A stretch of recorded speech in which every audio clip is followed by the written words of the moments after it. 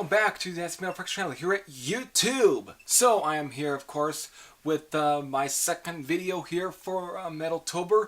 Now, the last one was, of course, top 10 metal albums that were released in October. Now, for this one, this is, of course, is top 10 rock albums released in October. So, but before I get into the list, let me get into some honorable mentions. One of the honorable mentions being Fly to the Rainbow by Scorpions, which was released on October 7th, 1974. Another an album that I don't own. Here's another one that I don't own as well, and that is Hotter Than Hell by Kiss, which was released on October 22nd, 1974. Now it's time to get to honorable mentions that I do own. I think I've showed this record before. This, of course, is Come Taste the Band by Deep Purple, which was released on October 10th, 1975. Good album right there. Next one is Love Hunter by Whitesnake, which apparently I could not find the date. I mean, day of release. All I know, like, again, is the month that it was released, which, of course, was October of 1979. Same for these next ones, which I could not find the day for whenever these albums were released, other than the month and, of course, the year that these albums were released. Of course, Mr. Universe by Gillan,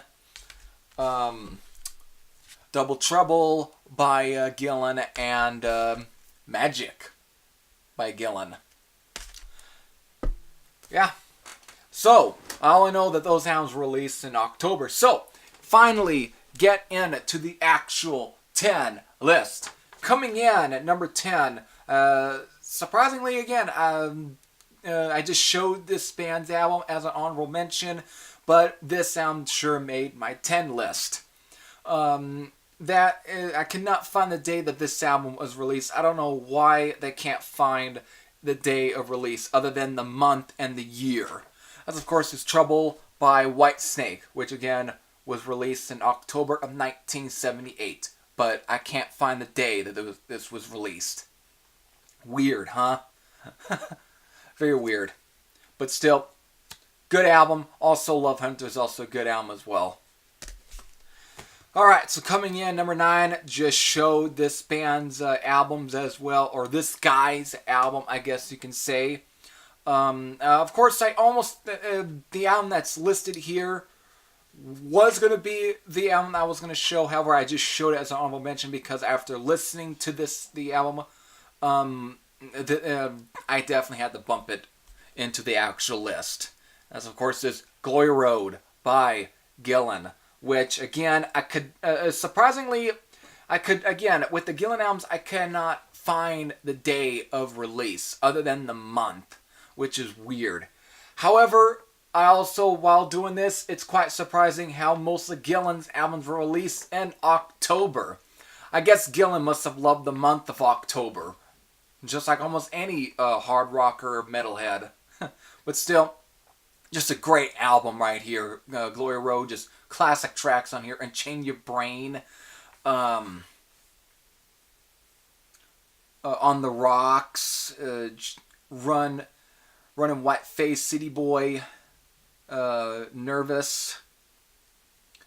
Just a classic album. Just a really good album from Gillan. Almost all the Gillan albums are pretty great. Alright, so coming in at number 8, an album I don't own. However, again, with this album, it's surprising that there is not a day release other than the month and the year. As, of course, is Assault Attack by Michael Schenker Group. Really, this is Michael Schenker Group, and it's the only album that featured Graham Bonnet, and you guys can't find the day of release other than the month? What is wrong with everyone?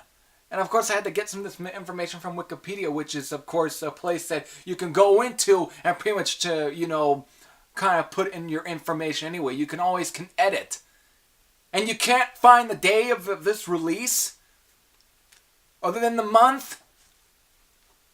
Get out of here. Still, great album, and a really good album, and an album that I do hope to own one of these days. Salt Attack by Michael Schenker Group. Coming in at number 7 was released. Finally, we get to albums that do have specific release days besides months. That's why this is called, the top 10 best, rock albums released in or top 10 albums, I shall say, like I get, just to rephrase, released in October. So, finally get to an actual date. This was released on October 1st, 1976. That's it, and is Technical Ecstasy by Black Sabbath. Not their best album. I don't know. When it comes to this album and Never Say Die, it seems like you always have people that seem to not as much care for Never Say Die, yet will like Technical Ecstasy. Yet I'm one of those that kind of thinks that Technical Ecstasy is not nearly as good as Never Say Die. I don't know. There's something about this album that I don't think is all that great. Other than it's a good album nonetheless. So number 7. Coming in at number 6 was released on October 9th, 1976. I don't own this album, would like to, but I'm one that would rather have the other version of this copy. As of course is Virgin Killer by Scorpions. And no, I'm not talking about the uncensored one. No, I'd rather have a copy of the censored one. Still, great album by Scorpions, and kind of almost an underrated album because of these days I see this album get a lot of flack. Yet I've always liked this album myself. I've always liked it. The title track, of course, the song Virgin Killer, one of Scorpions' best songs. Really good track.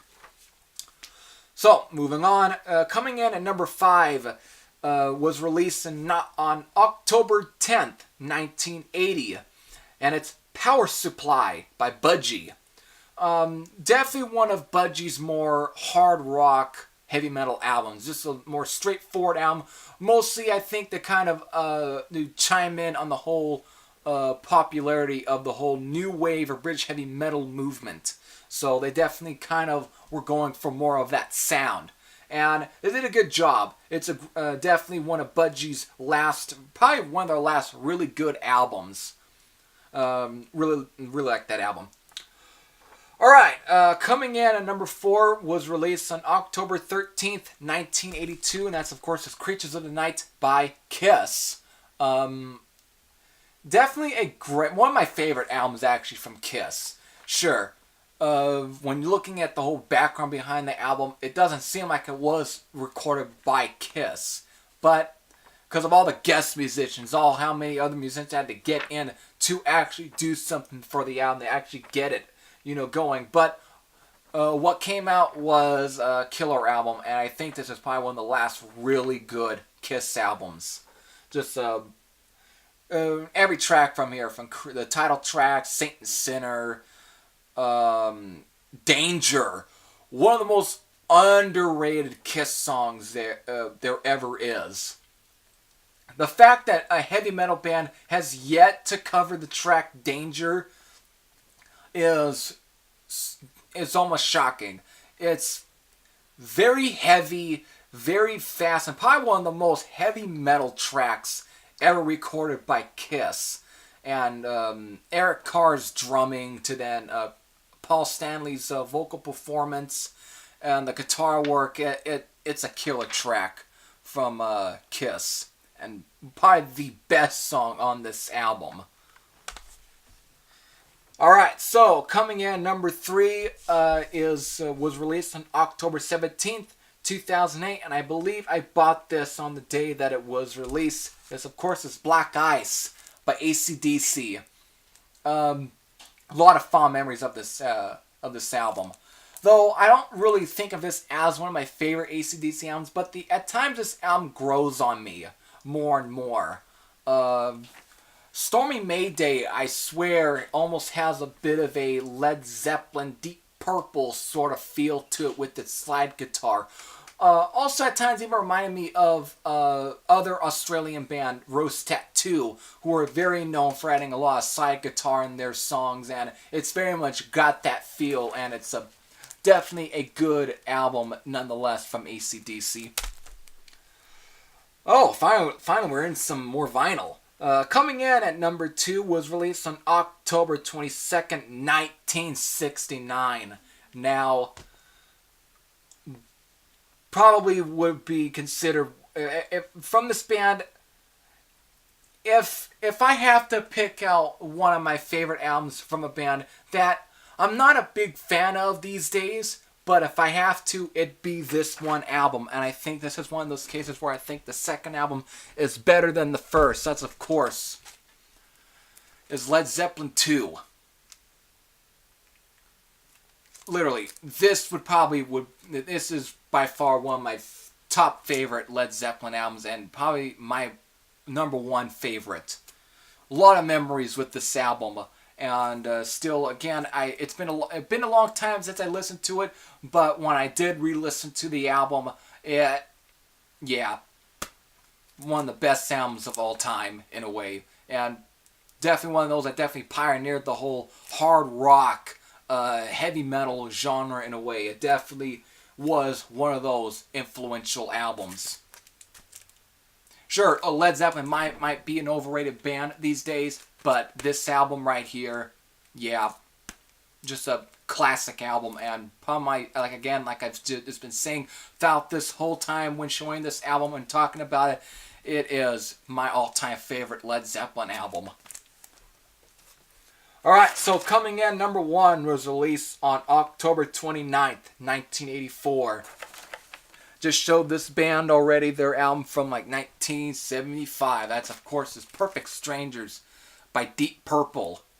This, of course, was the comeback album from Deep Purple, and it was the return of the Mach 2 lineup, with, of course, with Ian Gillan, who I just showed his albums already in this video. Return of him, Roger Glover, Richie Blackmore, of course, probably the most guys that two most consistent members within Deep Purple, which of course was John Lord, the late John Lord, and Ian Pace. Just a great album though from Deep Purple, and definitely one that kind of almost feels underrated at times, but still, this is definitely I would say is one of their best albums. Under the Gun is a really good track, actually. I really dig that one. Of course, you got the title track, Mean Streak. There's actually some good tracks on this album that definitely do remind you of that classic era of Deep Purple. But it definitely does have more of a feel of what Gillan was doing with his band, Gillan. Definitely kind of similar to albums such as Double Trouble and Magic. But it still has a bit of that, classic Deep Purple sound. Of course, Gillan definitely was the one who was waving that flag for that classic Deep Purple sound anyway. While, of course, David Coverdale, on the other hand, with Whitesnake, was definitely still continuing. At this time, he kind of still was, though was on the urge of moving away from that classic, Mach 3, Mark 4 era of Deep Purple. Moving away from that sound a bit. But still, great album nonetheless. Alright, so that was definitely my list. And this was, of course, the last of the whole top 10 albums released in October. Now the next ones are going to be very more interesting, more different. Though, not nearly, but still will. So, until then, I hope you enjoyed this video. Until then, this is Heavy Thrash. I'd say I'm out. I'll see you later.